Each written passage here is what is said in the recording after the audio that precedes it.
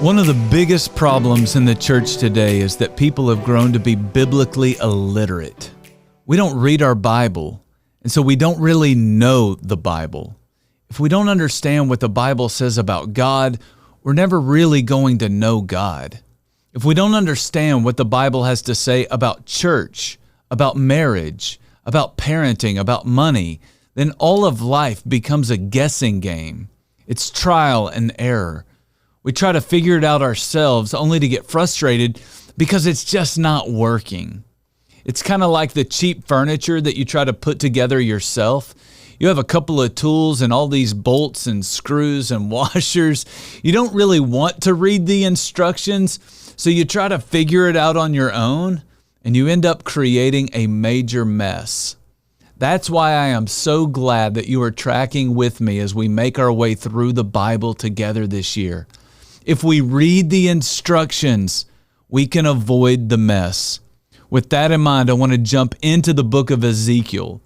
Like so many of the prophets, Ezekiel is commissioned by God to confront the people about the sin in their life.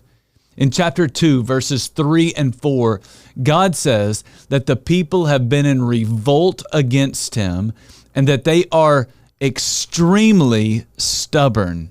Now, it's not just that these people are stubborn. They are so stubborn that God has to warn Ezekiel. In verse 6, God says, "Do not be afraid of them or their words. Do not be afraid of what they say, and do not be terrified by what they do, for they are a rebellious people." With that in mind, let me ask you, when you are doing something that you shouldn't do, and someone confronts you about it, how do you respond? These people are stubborn. They appear defensive, maybe even aggressive. Students, when your parents confront you, are you stubborn, defensive, or even aggressive?